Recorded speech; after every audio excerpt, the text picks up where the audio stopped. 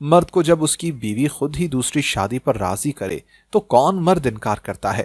میں نے سوچا کہ جب پہلی بیوی راضی ہے تو مجھے آخر کیا ضرورت ہے زیادہ سوچنے کی۔ اس لیے میں بھی راضی ہوا اور میرا نکاح اس لڑکی سے ہو گیا۔ مگر مجھے یہ بات بہت عجیب لگی کہ شادی کی رات اس نے اس لڑکی کو دوسرے کمرے میں بھیج دیا۔ کہنے لگی کہ نکاح کر دیا بس کافی ہے۔ میری بیوی میری دوسری بیوی کو میرے کمرے میں نہ آنے دیتی۔ اگر وہ غلطی سے بھی کمرے میں داخل ہو جاتی تو اسے ڈانٹ کر کمرے سے نکال دیتی۔ وہ کیوں کر رہی تھی یہ سب؟ میں نہیں سمجھ سکا۔ میری بیوی اس لڑکی کے ساتھ اچھے سے رہتی مگر اسے میرے قریب بھی نہ آنے دیتی۔ وہ لڑکی مجھے بہت معصوم صورت لگتی تھی۔ ایک تو وہ حسین تھی اور کم عمر، اور اس پر میری بیوی بھی بن چکی تھی۔ مجھے اس کے بارے میں میری بیوی نے بالکل بھی کچھ نہ بتایا تھا کہ وہ لڑکی کون ہے اور اسے وہ کہاں سے ملی، اور اس نے میری شادی اس سے آخر کیوں کروائی۔ ایک دن میں رات کو اٹھا تو میری بیوی کمرے میں موجود نہ تھی۔ میں اس کو ڈھونڈتے ہوئے باہر آ گیا۔ میری دوسری بیوی کے کمرے سے اس کے بولنے کی آوازیں آئیں تو میں اس طرف بڑھ گیا۔ اندر سے باتوں کی آواز آ رہی تھی۔ میں نے کان لگا کر سنا تو وہ میری بیوی اس لڑکی کو کہہ رہی تھی کہ فاران کے آگے پیچھے پھرنے کی کوشش مت کیا کرو، اس کے قریب بھی جاؤ گی تو جان لے لوں گی میں تمہاری۔ یہ سن کر میں واپس آ گیا۔ جانے وہ چاہتی کیا تھی؟ ایک طرف خود بیاہ کر لائی تھی اور اب دوسری طرف یہ رویہ رکھ رہی تھی۔ ابھی میں یہ پہیلی سلجھا نہیں پایا تھا کہ اس نے پھر وہی کھیل دوبارہ کھیلنا شروع کر دیا۔ ابھی 2 ماہ ہی گزرے ہوں گے کہ وہ ایک بار پھر ایک خوبصورت اور کم عمر لڑکی کو اپنے ساتھ لے آئی اور مجھ سے کہا کہ میں اس لڑکی سے شادی کر لوں، مگر اس بار میں اس کی کسی جال میں نہیں پھنسنا چاہتا تھا، اس لیے میں نے صاف انکار کر دیا۔ لیکن اس نے مجھے دلیلیں دے کر پھر سے قائل کر لیا اور میری تیسری شادی ہو گئی۔ پہلی والی کی طرح وہ میری اس بیوی کو بھی میرے قریب نہ آنے دیتی۔ میں بہت پریشان تھا کہ آخر معاملہ کیا ہے۔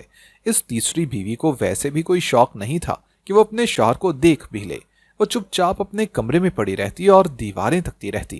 ایک دن میں اس کے کمرے کے سامنے سے گزرا تو وہ اور میری بیوی ایک فائل ہاتھ میں پکڑے آپس میں باتیں کر رہی تھیں۔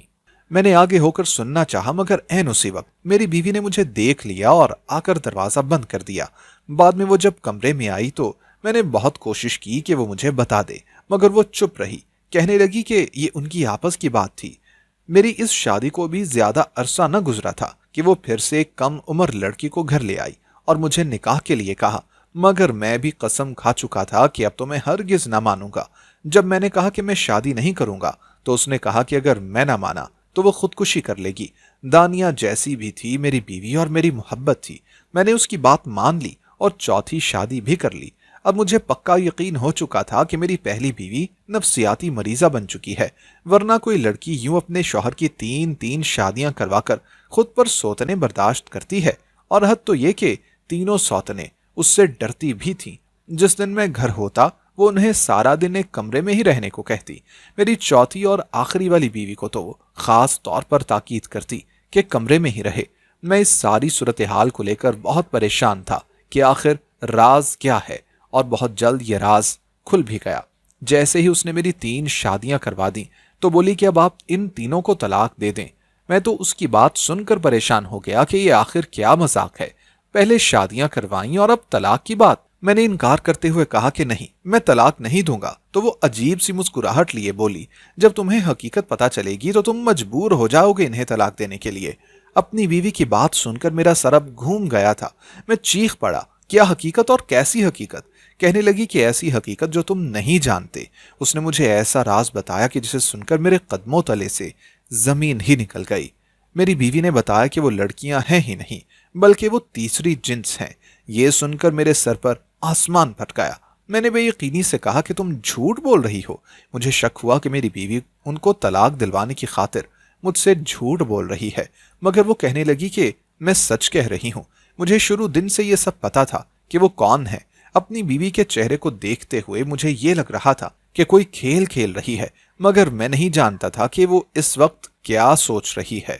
میں نے اس سے پوچھا کہ اگر تم اس سب جانتی تھی تو تم نے میری 3 شادیاں آخر کیوں کروائیں اور انہی سے کیوں کروائیں؟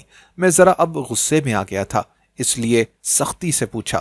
وہ روتے ہوئے کہنے لگی کہ ہماری اولاد نہیں ہو رہی تھی۔ ایک فقیر نے مجھے کہا تھا کہ اگر میں اپنے شوہر کی 3 شادیاں کرواؤں گی تو میرے گھر اولاد ہو جائے گی۔ اس نے کہا تھا کہ 3 تیسری جنس کی لڑکیوں سے اپنے شوہر کی شادی کروا دو گی تو حاملہ ہو جاؤ گی۔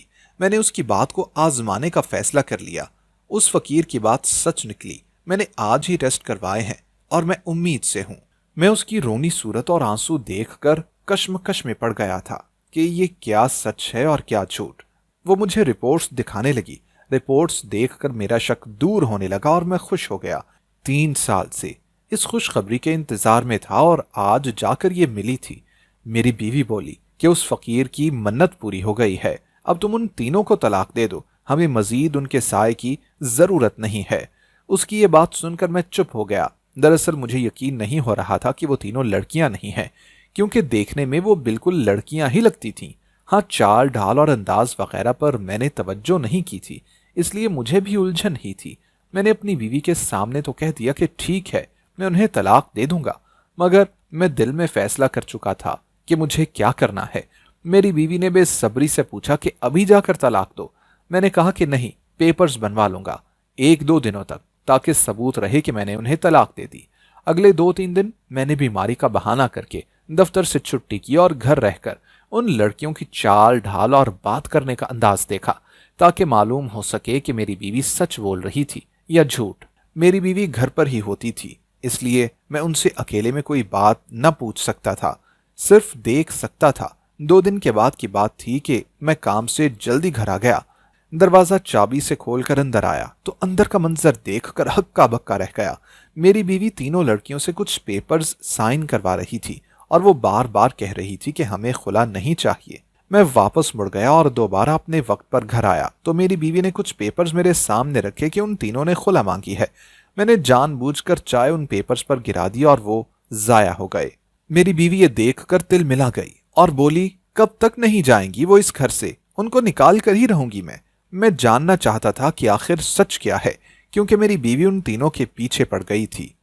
اس لیے اس رات میں نے اپنی بیوی کے کھانے میں بے ہوشی کی دوا ملا دی اور خود سارے سوالات کا جواب لینے کے لیے پہلی لڑکی کے کمرے میں چلا گیا۔ وہ مجھے دیکھ کر گھبرا گئی، کہنے لگی کہ آپ چلے جائیں یہاں سے، ورنہ دانیہ باجی مجھے مار دیں گی۔ میں نے اس سے پوچھا کہ پہلے بتاؤ کہ تم یہاں کیسے ہو؟ وہ بے بسی سے کہنے لگی کہ میری امی کا انتقال ہو گیا تھا اور مرنے سے پہلے ابو نے میری ذمہ داری دانیہ باجی کو سونپ دی اور کہا کہ ان کا ہر حکم ماننا۔ وہ آپ کے ابو کے دوست تھے اور انہوں نے آپ کے نام میں خط بھیجا تھا جس میں لکھا تھا کہ میری شادی کے لیے وہ پریشان ہے۔ وہ خط پڑھ کر ہی دانیہ باجی نے میری شادی آپ سے کروا دی۔ میں حیران ہو کر سوچنے لگا کہ دانیہ نے مجھے یہ سب نہیں بتایا تھا، بلکہ وہ تو کچھ اور ہی کہہ رہی تھی۔ میں اس کے پاس سے اٹھ کر دوسری لڑکی کے دروازے پر آ گیا، دستک دے کر اندر گیا اور اس سے بھی وہی سوالات پوچھے کہ تم میری بیوی کو کیسے جانتی ہو؟ اس نے بتانے سے انکار کر دیا تو میں نے اسے دھمکی دی کہ میں تمہیں طلاق دے دوں گا۔ وہ روتے ہوئے کہنے لگی کہ دانیہ باجی نے میری شادی آپ سے کرواتے ہوئے کہا تھا کہ آپ بچے کی پیدائش تک مجھے طلاق نہیں دیں گے۔ میں حیرانی سے چلا اٹھا، کیا مطلب ہے تمہارا؟ وہ کہنے لگی کہ میں امید سے ہوں، پہلے سے شادی سے پہلے میں اپنے بوائے فرینڈ کے ساتھ بھاگ گئی تھی اور اس سے شادی کر لی تھی۔ اس نے 3 ماہ پہلے مجھے طلاق دے دی۔ تب دانیہ باجی نے مجھے کہا کہ وہ میری مدد کریں گی، اس لیے انہوں نے آپ کے ساتھ میری شادی کروا دی۔ وہ میری دوست کی بہن ہے۔ یہ بھی عجیب کہانی نکلی تھی، یہ بھی لڑکی تھی اور حاملہ بھی تھی، اور میری بیوی نے کہا تھا کہ تینوں لڑکیاں ہی نہیں ہیں۔ اب پتہ نہیں کہ تیسری لڑکی کیا کہانی نکالتی۔ میری بیوی نے مجھے کبھی ان سے بات تک تو کرنے نہ دی تھی، پھر اتنا سب کچھ مجھے کیسے پتا چلتا؟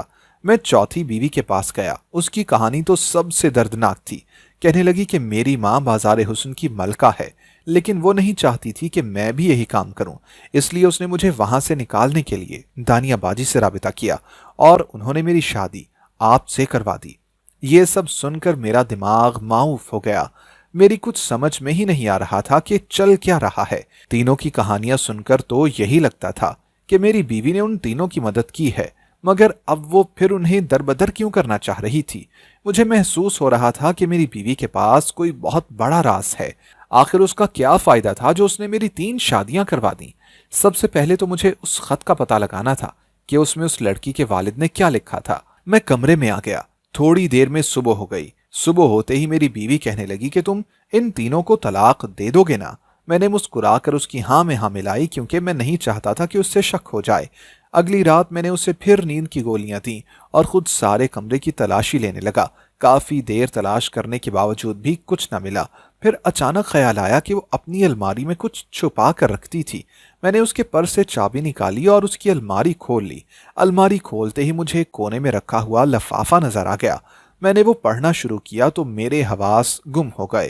وہاں پر 3 فائلز پڑی ہوئی تھیں جن کو میں نے کھول کر دیکھا تو شک کی تصدیق ہو گئی۔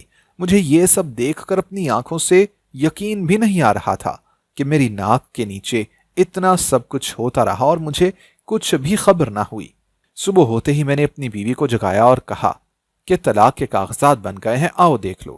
وہ میرے ساتھ خوشی خوشی کمرے سے باہر آئی جہاں میری تینوں بیویاں بھی بیٹھی ہوئی تھیں۔ ان تینوں کے چہروں کے رنگ فک ہو رہے تھے۔ تینوں کو لگا کہ میں انہیں طلاق دے رہا ہوں۔ میری بیوی نے وہاں ایک ہی فائل پڑی دیکھی تو حیرانی سے کہنے لگی کہ صرف ایک ہی طلاق نامہ، مگر جب اس نے طلاق نامے پر اپنا نام دیکھا تو اس کی جان نکل گئی۔ طلاق نامہ اس کے ہاتھوں سے چھوٹ کر نیچے جا گرا۔ وہ کہنے لگی کہ تم مجھے طلاق دے رہے ہو؟ میں نے کہا ہاں، میں تمہیں طلاق دے رہا ہوں کیونکہ میں تمہاری اصلیت جان چکا ہوں۔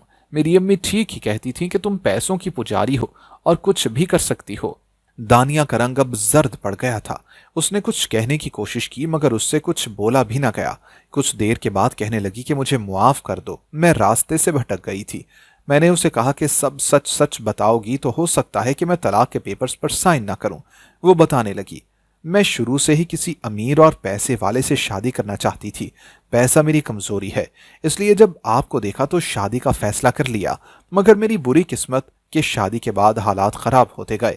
ہم اس محل جیسے گھر سے اٹھ کر اس چھوٹے سے گھر میں آ گئے۔ انہی دنوں آپ کے نام میں خط آیا جو آپ کے ابو کے دوست کا تھا۔ وہ نہیں جانتے تھے کہ آپ کی شادی ہو چکی ہے۔ انہوں نے خط میں لکھا تھا کہ ان کی ڈھیر ساری جائیداد کی وارث ان کی بیٹی ہے اور وہ چاہتے تھے کہ آپ اس سے شادی کر لیں۔ میں نے وہ خط چھپا لیا اور خود ان کے پاس پہنچ گئی۔ میں نے ان کو مکمل اعتماد میں لے لیا۔ نکاح کے بعد کاغذات شوہر کے نام پر ہو جاتے، اس لیے میں نے اس سے آپ کی شادی کرا دی۔ پھر 2 ماہ بعد جب اپنی سہیلی سے ملنے گئی تو اس کو اپنی بہن کی وجہ سے بڑا پریشان پایا۔ اس نے کہا کہ کروڑوں کی جائیداد کی مالک بس وہی 2 بہنیں ہیں اور جو اس کی حاملہ بہن سے شادی کرے گا وہ آدھی جائیداد اس کے نام کر دے گی۔ یوں میں نے آپ کی دوسری شادی بھی کروا دی۔ نکاح کے بعد وعدے کے مطابق اس کی جائیداد بھی میں نے اپنے نام کر لی۔ میرا بھائی بازار حسن جاتا رہتا تھا۔ اس نے مجھے بتایا کہ وہاں کی بائی اپنی بیٹی کی شادی کسی شریف گھرانے میں کرنا چاہتی ہے اور اس کے لیے وہ کروڑ کی رقم بھی دے گی۔ میرے دل میں پھر سے لالچ آ گیا اور میں اس لڑکی کو لے کر اپنے گھر آ گئی۔ ان تینوں لڑکیوں کی جائیدادیں میں نے اپنے نام کروا لی تھیں۔ اب ان کا کوئی کام نہ تھا، اس لیے میں نے آپ سے کہا کہ ان کو طلاق دے دیں۔ میں نے ایک رپورٹ اس کے آگے کی اور پوچھا کہ اس کے بارے میں کیا کہو گی؟ وہ پریگنینسی رپورٹ تھی، کیونکہ مجھے اب اس پر بھی شک ہونے لگا تھا کہ پتہ نہیں یہ بات سچ بھی تھی یا اس نے اس بارے میں بھی جھوٹ ہی بولا تھا۔ وہ شرمندہ ہو کر بولی، میں چاہتی تھی کہ اس خبر کے ذریعے آپ پر دباؤ ڈالوں تاکہ آپ ان تینوں لڑکیوں کو طلاق دے دیں۔ میری باقی بیویاں حیرت سے اس کی پلاننگ سن رہی تھیں اور میں خاموش تھا کیونکہ میں یہ سب کل رات جان چکا تھا۔ میں نے اسے بتایا کہ میں نے وہ جائیداد کے کاغذات تینوں لڑکیوں کو واپس کر دیے ہیں تو وہ بین کر کے رونے لگی کہ میں نے کیوں اس کی مہینوں کی محنت کو برباد کر دیا۔ میں نے اپنی تینوں بیویوں کو ان کی دولت واپس کر دی اور کہا جو میرے ساتھ رہنا چاہے وہ رہ سکتی ہے اور جو طلاق چاہتی ہے وہ لے سکتی ہے۔ میری بیوی دانیہ کا تو مجھے ویسے ہی علم ہو گیا تھا کہ وہ مجھے عنقریب چھوڑ دے گی کیونکہ وہ میرے ساتھ غربت میں گزارا نہیں کر سکتی تھی۔ باقی دوسری اور چوتھی بیوی نے ساتھ رہنے کا وعدہ کیا۔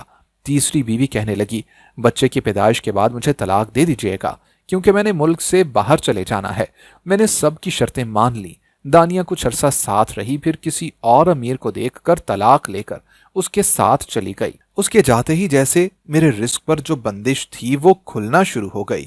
میں نے دوبارہ نئے سرے سے کاروبار جمانا شروع کر دیا اور 1 سال کے اندر اندر میں اپنی دونوں بیویوں کو لے کر پرانے والے مہنگے علاقے اور مہنگے گھر میں شفٹ ہو گیا۔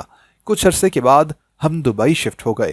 5 سال بعد میں اپنے بچوں اور دونوں بیویوں کے ساتھ دبئی سے واپس آیا تو ایک سڑک کنارے دانیہ کو برے حالوں میں دیکھا۔ اس نے پھٹے پرانے کپڑے پہن رکھے تھے۔ میں نے اس سے سچی محبت کی تھی۔ کیا چلا جاتا اس کا اگر وہ بھی وفا کر لیتی۔